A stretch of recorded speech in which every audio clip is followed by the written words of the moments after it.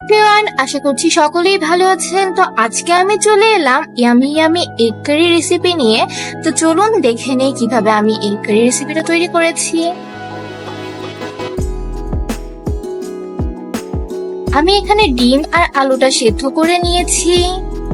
By the way, আমার ভিডিওটা ভালো লাগলে কিন্তু আপনারা অবশ্যই লাইক, কমেন্ট, শেয়ার, ফলো দিয়ে দিবেন। এখানে আমি তেলে দিয়ে দিলাম নুন আর হলুদ গুঁড়ো। তেলটা গরম হয়ে গেলে এখানে আমি ডিমগুলো এক এক করে ছেড়ে দিব। বাই দ্য ওয়ে, ডিমগুলো ছাড়ার সময় গ্যাসের ফ্লেমটা একদম লো রাখবেন। তো ডিমগুলো আমি খুব লালচে করে ভেজে নিব। আমার ডিমগুলো কিন্তু ভাজা হয়ে গিয়েছে, এখন আমি নামিয়ে নিব। তো তেলে আমি দিয়ে দিলাম তেজপাতা আর আধা চা চামচ জিরে। এখানে আমি দিয়ে দিব দুটো বড় সাইজের কিউব করে রাখা পেঁয়াজ কুচি। পেঁয়াজ কুচিটা আমি একটু নেড়ে চেড়ে একটু ব্রাউন কালার করে নিব।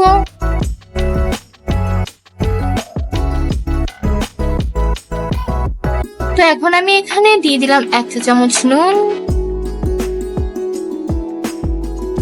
চামচ মরিচ গুঁড়ো, হাফ চা চামচ হলুদের গুঁড়ো দিয়ে দিব, আর দিয়ে দিলাম এক চা চামচ ধনে গুঁড়ো।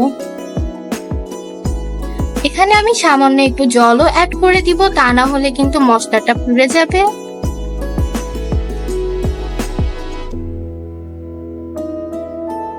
এখন আমি এখানে আলুগুলো দিয়ে দিব। আলুগুলো দিয়ে আমি এটাকে একটু সময় নেড়ে নিব, নেড়ে ভালো মতো মশলাটা লাগিয়ে নিব। আর এখন আমি দিয়ে দিব আদা রসুন পেস্ট করে রেখেছিলাম, সেটা দিয়ে দিলাম আধা চা চামচের টালা জিরের গুঁড়ো।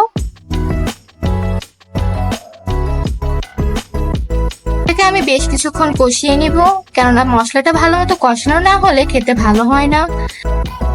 কষানো হয়ে গিয়েছে, এখন আমি এখানে পরিমাণ মতো জল দিয়ে দিব। আপনারা আপনাদের পরিমাণ অনুযায়ী জলটা দিয়ে দিবেন।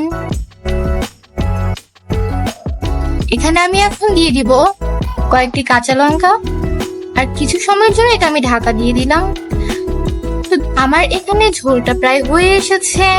এখন আমি এখানে দিয়ে দিলাম ডিমগুলো।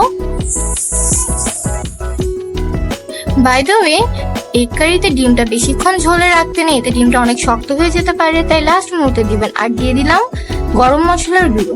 আমার এই তরকারিটা এখন রেডি হয়ে গিয়েছে, দেখতেই পাচ্ছেন। গরম মশলা দেওয়ার পর কিছু সময় করে এখন আমি এটা নামিয়ে নিয়েছি। তো দেখতেও কিন্তু বেশ সুন্দর হয়েছে, করে খেতেও বেশ ভালো হবে। তো আমার ভিডিওটি যদি আপনাদের ভালো লেগে থাকে অবশ্যই লাইক, কমেন্ট, শেয়ার, ফলো আর সাবস্ক্রাইব করে দিবেন। গুড বাই এভরিওয়ান, ভালো থাকবেন সকলেই।